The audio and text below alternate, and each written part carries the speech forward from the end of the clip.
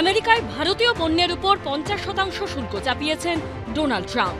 সেই ধাক্কা সামলে ওঠার আগে এবার কর্মসূত্রে আমেরিকায় যাওয়া বিদেশি নাগরিকদের H-1B ভিসার জন্য বার্ষিক $1 লক্ষ ধার্য করল ট্রাম্প প্রশাসন।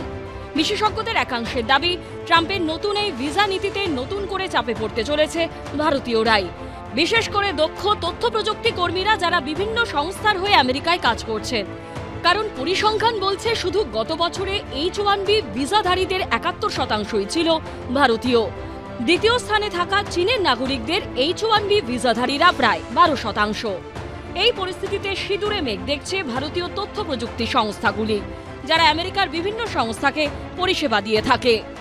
মূলত কাজ করি মানে নর্থ আমেরিকার ইউএস এর কাস্টমার আমাদের একটা মেন কাস্টমার বেস। ওই দেশে সেই রকম স্কিল ওয়ার্কার ডেফিনেটলি নেই, সেই জন্য এখান থেকে আমাদের যেগুলো স্কিল ওয়ার্কার তারা চায়।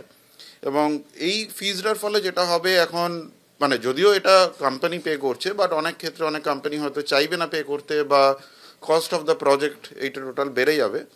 এর ফলে যেটা হবে যে কিছু লোক যেতে পারবে না, এবং তার ফলে মানে ওদের বিজনেসটার উপরই এফেক্ট পড়বে। তথ্য প্রযুক্তি কর্মীদের অপর অংশ মনে করছে, ট্রাম্পের নতুন এই ভিসা নীতিতে আখেরে ক্ষতিগ্রস্ত হবে আমেরিকার অর্থনীতি। ইন্ডিয়ান H-1 ভিসার উপরে কিন্তু ডিপেন্ডেন্সিটা কমেছে। আপনি যদি ডেটা পয়েন্টগুলো দেখেন আর কি, আগে একসময় খুব অনেক বেশি লোকে যেত, তারপরে আস্তে আস্তে কিন্তু এটা অনেকটাই কমেছে। ফলে একদমই যে H-1 নেই বলে গেল রব সেরকম কোনো ব্যাপার নেই। নিয়ার শিওর কনসেপ্ট বলতে কি সেম টাইম জোনে এখন অনেক জায়গা থেকে কাজ হচ্ছে, যেমন কানাডা। কেউ কেউ আবার এই ভিসা নীতিকে অন্যভাবে কাজে লাগানোর পরামর্শ দিচ্ছেন। ট্রাম্প ভাবছেন ইন্ডিয়ান অর্থনীতির উপর চাপ আসবে। হ্যাঁ, তার ফলে কি হবে, এরা যদি ইন্ডিয়ায় ফেরত আসতে হয় না, ইন্ডিয়া থেকে যদি না যায়, তাহলে যোগানটা দেবে কি? এই প্রফেশনালদের যোগানটা কে দেবে? যোগানটা তো আমেরিকায় নেই বলেই বাইরে থেকে আসতে বাধ্য হয়েছে। এই ব্রেনটা যদি আমাদের দেশের জন্য কাজে লাগাতে, তাহলে কিন্তু আমেরিকাকে একটা উচিত শিক্ষা আমরা দিতে পারি। ডোনাল্ড ট্রাম্প আমেরিকার প্রেসিডেন্ট হবার পর থেকে তাকে বারবার বন্ধু সম্বোধন করেছেন নরেন্দ্র মোদী, কিন্তু সেই বন্ধুই সম্প্রতি ভারতকে জব্দ করতে গিয়ে ভারতীয় পণ্যের উপর 50% শুল্ক চাপিয়েছেন। এই আবহেই আবার সম্প্রতি 75তম জন্মদিনে নরেন্দ্র মোদীকে ফোন করে শুভেচ্ছা জানান ট্রাম্প। পরে সোশ্যাল মিডিয়ায় লেখেন, নরেন্দ্র আমার বন্ধু। প্রধানমন্ত্রীও পাল্টা ট্রাম্পকে বন্ধু সম্বোধন করে ধন্যবাদ জানান। তার দুদিনের মধ্যে H-1B ভিসা নীতিতে বদল এনে ফের ভারতকে চাপে ফেলে দিলেন ট্রাম্প। এই আবহে নরেন্দ্র মোদীকে নিশানা করেছেন রাহুল গান্ধী। এক্স হ্যান্ডেলে তিনি লিখেছেন, আমি আবার বলছি ভারতের প্রধানমন্ত্রী দুর্বল। बार बार जो अमेरिका इस प्रकार के कदम उठा रहा है, ये क्यों ऐसा कर रहे हैं?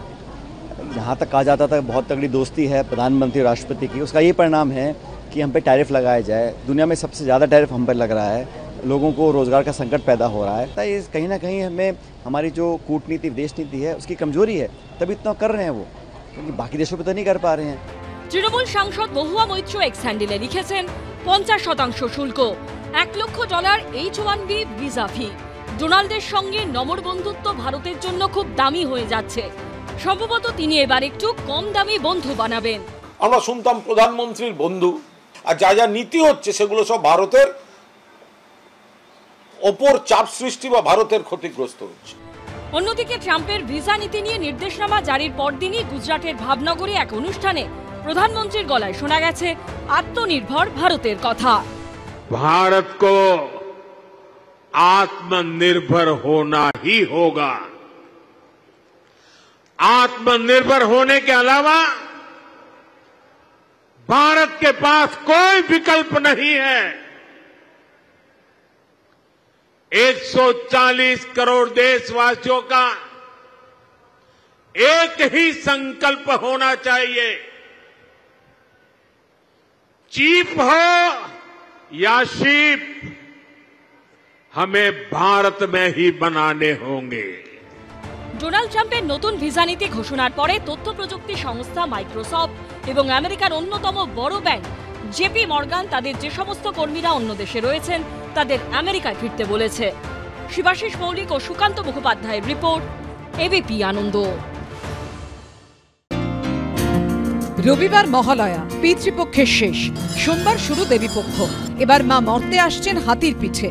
শাস্ত্রমতে হাতির পিঠে চড়ে উমার আগমনে সমৃদ্ধি বাড়ে এবং কৃষিতে উর্বরতা আসে, সুখ শান্তিতে ভরে ওঠে পরিবার। কিন্তু এই খুশির বার্তার মধ্যেও মেঘ জমছে আশঙ্কার। মাঝে মধ্যেই ঝেঁপে নামছে বৃষ্টি। আবহাওয়াবিদরা বলছেন পুজোতেও রেহাই নেই অসুর বৃষ্টির হাত থেকে। আলিপুর আবহাওয়া দপ্তরের পূর্বাভাস, পুজো ভাসিয়ে দিতে তৈরি হচ্ছে নিম্নচাপ। ষষ্ঠী থেকে দশমী প্রত্যেক দিনই হতে পারে বৃষ্টি। বছর ঘুরে আসছে উমা, কদিনই বা থাকবে মেয়েটা? সেই কটা দিন কি বৃষ্টি না হলেই নয়? চিন্তায় উদ্যোক্তারা। উদ্যোক্তা হিসেবে ফার্স্ট অফ অল মনে হয় যে বৃষ্টি হওয়াটা তো কখনোই বাঞ্ছনীয় নয়। আর আরেকটা হচ্ছে আমাদের এই বাঙালিদের যে স্পিরিট, বাঙালি বলবো না, আপামর এই দুর্গাপুজো দেখার যে লোকের স্পিরিট, তো বৃষ্টি অল্প বিস্তর যাই হোক না কেন সেই বাঁধভাঙা আনন্দ, কারণ বছরে একবারই দুর্গাপুজো আসে এবং এই যে খেটে তৈরি করা শিল্পকলা দেখতে লোকে ভিড় জমাবেই। উদ্যোক্তা হিসেবে দেখুন, বৃষ্টি তো কারোর কন্ট্রোলে নেই, বাট একটা জিনিস বলতে পারি যে দর্শক যদি আসে, আমাদের এত কিছু করা শুধু দর্শকের জন্য, আমরা চাই দর্শক আসুক। এবার যদি বৃষ্টি পড়ে প্রচণ্ড, তাহলে তো দর্শকের একটু অসুবিধা হবে। Let's keep our fingers crossed. একটা জিনিস বলতে পারি, আমাদের মণ্ডপটা পুরো ঢাকা, যদি ওনারা দর্শকরা আসেন মণ্ডপের ভেতরে কোনো অসুবিধা হবে না। আলিপুর আবহাওয়া দপ্তরের পূর্বাভাস বলছে মহালয়াতেই শুরু হবে বৃষ্টি। বজ্রবিদ্যুৎ সহ বৃষ্টি হতে পারে ঝাড়গ্রাম, উত্তর 24 পরগনা ও দক্ষিণ 24 পরগনায়। পূর্বাভাসে আরো বলা হয়েছে ষষ্ঠীর দুদিন আগে নিম্নচাপ তৈরি হতে পারে বঙ্গোপসাগরে। আবহাওয়াবিদরা বলছেন 25 থেকে 26 সেপ্টেম্বরের মধ্যে বঙ্গোপসাগরে তৈরি হতে পারে নিম্নচাপ, যার প্রভাবে 27 সেপ্টেম্বর পঞ্চমী থেকে 29 সেপ্টেম্বর সপ্তমী পর্যন্ত রাজ্যের সব জেলায় হালকা থেকে মাঝারি বৃষ্টির সম্ভাবনা। 30 সেপ্টেম্বর অষ্টমী থেকে বাড়তে পারে বৃষ্টির পরিমাণ। নবমী ও দশমীতেও হতে পারে ভারী বৃষ্টি। বে অফ বেঙ্গল থেকে অনেকটা ময়েশ্চার ইনকারশন রয়েছে দক্ষিণবঙ্গে, তাই আজকে যেরকম দেখতে পাচ্ছেন যে থান্ডার ক্লাউড তৈরি হচ্ছে এবং বিভিন্ন জায়গায় বজ্রবিদ্যুৎ সহ বৃষ্টিপাত হচ্ছে, এবং এই একই রকম বজ্রবিদ্যুৎ সহ হালকা থেকে মাঝারি বৃষ্টির সম্ভাবনা প্রায় প্রতিটি জেলাতেই আগামী 5 দিন থাকছে। এর সঙ্গে আজকে যেমন ভারী বৃষ্টির সম্ভাবনা রয়েছে দক্ষিণ 24 পরগনা জেলাতে, এবং তার সঙ্গে ডে 3 মানে আজকে হচ্ছে 20 তারিখ, 21, 22 তারিখ, 22 এবং 23 তারিখ, ডে 3 এবং ডে 4-এ ভারী থেকে ভারী বৃষ্টিপাতের সম্ভাবনা থাকছে। তবে দক্ষিণবঙ্গে এই পরিস্থিতি হলেও পুজোর বোনাস পাচ্ছে উত্তরবঙ্গ। আবহাওয়া দপ্তর জানিয়েছে উত্তরবঙ্গে পুজোয় ভারী বৃষ্টির সম্ভাবনা নেই, তবে বজ্রবিদ্যুৎ সহ হালকা বৃষ্টির সম্ভাবনা থাকছে। আপনাদের আনন্দ দেওয়ার জন্য, মানুষের কাছে মানুষের পুরস্কার পাওয়ার জন্য আমরা যে খাটি, সে যদি এইভাবে বৃষ্টি হতে থাকে তাহলে সত্যিই খুব মুশকিল।